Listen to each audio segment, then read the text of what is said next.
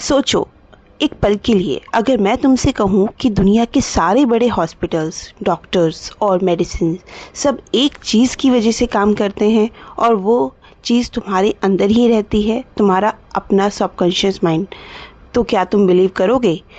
और अगर मैं तुम्हें प्रूव करके दिखाऊं हिस्टोरिकल एग्जाम्पल्स के साथ, साइंटिफिक एक्सपेरिमेंट्स के साथ और बाइबल के रेफरेंसेस के साथ कि ये सिर्फ फिलॉसफी नहीं, ये साइंस है, तो आज के इस चैप्टर में जोसेफ मर्फी ने एग्जैक्टली यही किया है।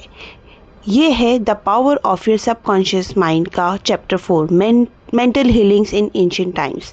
तो बने रहो, क्योंकि आज की वीडियो के बाद तुम्हारा खुद के ऊपर खुद को देखने का नज़रिया हमेशा के लिए बदल जाएगा। दोस्तों, आज से हजारों साल पहले जब ना हॉस्पिटल्स थे, ना डॉक्टर्स, ना मेडिसिन, तब भी लोग बीमार पड़ते थे और तब भी लोग ठीक होते थे।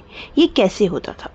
जोसेफ मर्फी कहते हैं, दुनिया के हर देश में, हर कौम में एक कॉमन बिलीफ था कि कोई एक शक्ति है जो इंसान को ठीक कर सकती है, कोई सुपर नेचुरल फोर्स, कोई डिवाइन पावर। और लोग बिलीव करते थे कि ये शक्ति इन्वोक की जा सकती है कुछ खास कंडीशंस में। अब सवाल ये है कि वो शक्ति थी क्या? कहाँ थी वो शक्ति? मर्फी का जवाब साफ है, वो शक्ति थी तुम्हारे सबकॉन्शियस माइंड में। और प्राचीन लोग जाने अनजाने उसी को ट्रिगर करते रहे थे। आओ देखो कैसे। प्राचीन दुनिया के मंदिरों में, इजिप्ट में, ग्रीस में, बेबीलोन में एक स्पेशल प्रैक्टिस होती थी। प्रीस्ट बीमार लोगों को टेंपल में लाते, पहले उन्हें हर्ब्स और ड्रग्स देते जो नींद लाने में हेल्प करते। फिर उन्हें सोने से पहले ये बताते, आज रात भगवान तुम्हारे सपने में आएंगे और तुम्हें ठीक कर देंगे। और सुबह वो ठीक हो जाते। तो ठीक किसने किया, भगवान ने या ड्रीम ने? मर्फी कहते हैं ना भगवान ने ना ड्रीम ने, उस सजेशन ने जो उनके सबकॉन्शियस माइंड तक पहुंचाई गई। नींद में कॉन्शियस माइंड रेस्ट करता है, सबकॉन्शियस माइंड एक्टिव रहता है। और जब सजेशन पावरफुल होता है तो सबकॉन्शियस माइंड को एक्टिवेट कर देता है, जो बॉडी को हील करने लगती है। ये था एंशिएंट वर्ल्ड का पहला थेरेपी। एक और एग्जाम्पल से समझते हैं, हेकेट के डिवोटीज। हेकेट एक ग्रीक गॉडेस, उसके फॉलोअर्स से कहा जाता है कि अगर तुम कुछ स्पेसिफिक रिचुअल करो, लाइक लिजर्ड को रिजिन और मिर्क के साथ ग्राइंड करो क्रिस्टल मून के नीचे, तो गॉडेस तुम्हारे सपने में आएंगे और तुम्हें ठीक कर देगी। अजीब लगा ना, लेकिन हीलिंग होती थी। क्यों? क्योंकि वो रिचुअल इतने इंटेंस और इतने ड्रामेटिक थे कि उनका इमेजिनेशन और बिलीफ कंप्लीटली फायर हो जाता था। वो बिलीफ सबकॉन्शियस माइंड तक पहुंचता था और सबकॉन्शियस माइंड हील करता था। असली हीलर कौन था? उनका अपना सबकॉन्शियस माइंड। अब आओ बाइबल की तरफ। ये चैप्टर का सबसे पावरफुल सेक्शन है। जीसस ने कई लोगों को ठीक किया, अंधे लोगों को आंखें दी, बहरों को कान दिए, चलना सिखाया, मिरेकल्स किए। लेकिन मर्फी पूछ रहे हैं, ये कैसे हुआ? क्या था वो मैकेनिज्म?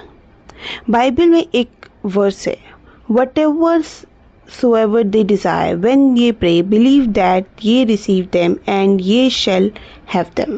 मर्फी कहते हैं, इस सेंटेंस में पूरी हीलिंग की साइंस छुपी है।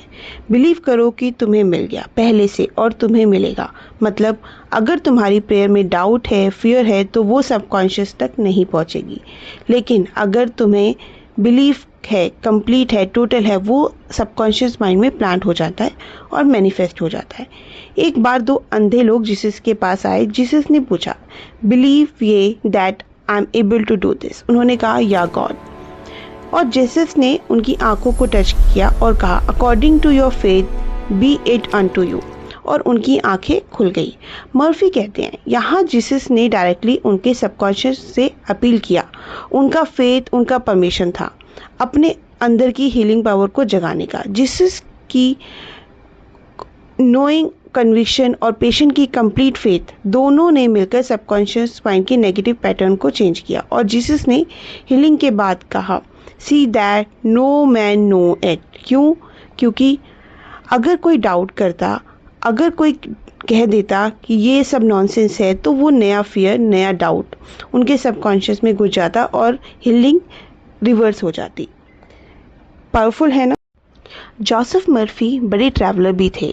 उन्होंने जापान, इंडिया, यूरोप सब जगह विजिट किया। जापान में एक फेमस श्रीन है टिबस्टो। वहाँ 42 फीट ऊंची ब्रॉन्ज की बुद्धा की मूर्ति है। लोग वहाँ फ्लावर्स, राइस, ऑरेंजेस लेकर आते हैं, दिया जलाते हैं, प्रेयर करते हैं। मर्फी ने वहाँ एक साइंस देखा। एक लड़की जिसने अपनी आवाज़ खो दी थी वहाँ आई। वो प्रे करती है, फास्ट करती है, दिया जलाती है और उसकी आवाज़ वापसी आ जाती है। तो बुद्धा ने उसकी आवाज़ ठीक कर दिया? मर्फी कहते हैं नहीं, उसकी सिंपल प्योर फेथ ने उसका सबकॉन्शियस माइंड कंडीशन किया बिलीफ की पॉइंट तक, और सबकॉन्शियस माइंड ने रिस्पॉन्ड किया। फिर मर्फी ने अपने एक रिलेटिव की कहानी सुनाई, और ये सबसे इंटरेस्टिंग एग्जाम्पल है इस चैप्टर का। एक आदमी था ट्यूबरक्लोसिस से बीमार, फेफड़े काफ़ी डैमेज हो चुके थे, डॉक्टर ने हाथ खींच लिए थे। उसके बेटे ने प्लान बनाया। वो घर आया और बोला, पापा मैं यूरोप में एक मॉन्क से मिला, उसने मुझे जीसस की असली क्रॉस का एक टुकड़ा दिया $500 में। ये एक झूठ था। लड़के ने एक्चुअली फुटपाथ से एक वुड का टुकड़ा उठाया था और ज्वेलर से रिंग में फिट करा दिया था। लेकिन बाप को क्या पता था। बाप ने रिंग हाथ में पहन ली और सीने पर रखकर प्रे किया और सो गया। सुबह तक वो काफ़ी हद तक ठीक हो गया था। कुछ दिन बाद क्लिनिक टेस्ट सब नेगेटिव आए, टीबी गॉन। वो 18 इयर्स तक जीता रहा। ठीक किया क्या उस वुड ने? नहीं, उसकी इमेजिनेशन ने किया, उसके ब्लाइंड फेथ ने किया, उसके सबकॉन्शियस माइंड ने किया। रियल था या फेक, सबकॉन्शियस माइंड को फर्क नहीं पड़ता। थॉट रियल था, इसलिए रिजल्ट रियल था। अब आओ साइंस की बात करते हैं। पेरासेलिस एक फेमस स्विस डॉक्टर, 1493 से 1541 तक इन्होंने एक ज़बरदस्त बात कही। तुम जिस चीज़ पर बिलीव करते हो, चाहे वो सच में एग्जिस्ट करे या ना करे, रिजल्ट सेम आएगा, क्योंकि रिजल्ट प्रोड्यूस करता है तुम्हारा बिलीफ, तुम्हारा सबकॉन्शियस। और यही बात इटालियन फिलोसोफर पिट्रो ने भी कंफर्म की। उन्होंने कहा कि रेलिक्स की वजह से जो हीलिंग होती है वो असल में पेशेंट्स की इमेजिनेशन और कॉन्फिडेंट की वजह से होती है। अब बेरहम के एक्सपेरिमेंट को देखो तो ये माइंड ब्लोइंग है। बेरहम फ्रांस के प्रोफेसर हैं मेडिसिन के। एक पेशेंट था जिसकी टंग पैरालाइज थी, कोई भी ट्रीटमेंट काम नहीं कर रहा था। बेरहम ने एक पॉकेट से थर्मामीटर निकाला और कहा, ये एक नई मशीन है, इसको मुंह में रखो, ये तुम्हारे टंग को हील कर देगा। पेशेंट की टंग ठीक हो गई। थर्मोमीटर ने क्या किया? कुछ नहीं, सजेशन नहीं किया जो सबकॉन्शियस तक पहुंची। नेक्स्ट एक और एग्जाम्पल से समझते हैं। एक लड़की 4 हफ्ते से उसकी आवाज़ चली गई थी। बेरहम ने एक मशीन का ड्रामा किया, हाथ लगाया और बोला, तुम अब बोल सकती हो। लड़की ने उस मशीन पर बिलीव किया और लड़की बोलने लगी और उसकी आवाज़ वापस आ गई।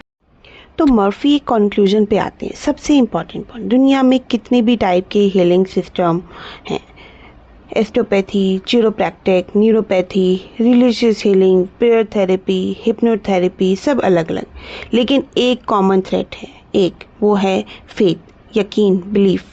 मर्फी ने मैग्नेट से हील किया, कोई शरीन से, कोई बाइबल से, कोई डॉक्टर से। मेथड अलग था लेकिन मैकेनिज्म एक था, सबकॉन्शियस माइंड की बिलीव, ट्रिगर्ड हीलिंग। सोचो जब तुम्हारे चेहरे पे शेविंग से कट लग जाती है, डॉक्टर ने क्या करते हैं उसमें? ड्रेसिंग लगाई, फिर नेचर ने हील किया। मीन्स तुम्हारा सबकॉन्शियस माइंड वो एग्जैक्टली जानता है कैसे हील करना है ऑटोमेटिकली।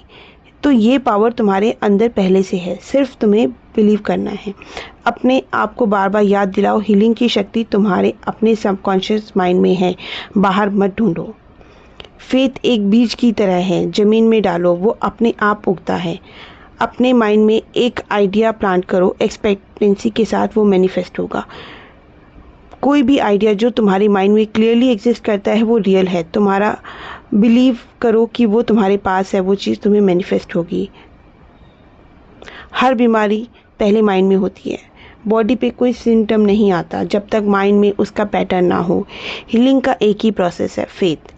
हीलिंग की एक ही शक्ति है, सबकॉन्शियस माइंड। तुम्हारा फेथ का ऑब्जेक्ट रियल हो या फेक, रिजल्ट सेम आएगा। सबकॉन्शियस माइंड तुम्हारे थॉट पर रिस्पॉन्ड करता है, चीज़ पर नहीं। दोस्तों, यही था चैप्टर 4 का पूरा सार।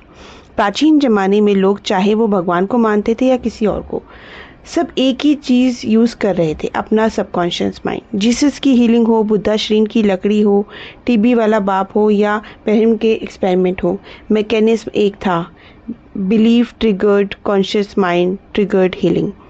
अब एक काम करो, आज रात सोने से पहले एक थॉट अपने सबकॉन्शियस माइंड में डालो। मेरा बॉडी हेल्दी है, मेरा माइंड पावरफुल है और मेरी हीलिंग ऑलरेडी हो रही है, और देखो क्या होता है। अगर ये वीडियो हेल्पफुल लगी तो लाइक ज़रूर करो। इस चैनल पर हम हर हफ्ते 2 ऐसी पावरफुल बुक समरीज लाते हैं चैप्टर बाय चैप्टर, ताकि कोई इम्पॉर्टेंट पॉइंट मिस ना हो। सब्सक्राइब करो और बेल आइकन दबाओ ताकि अगली समरी सीधे तुम्हारे पास आए। मिलते हैं नेक्स्ट चैप्टर में। Good bye.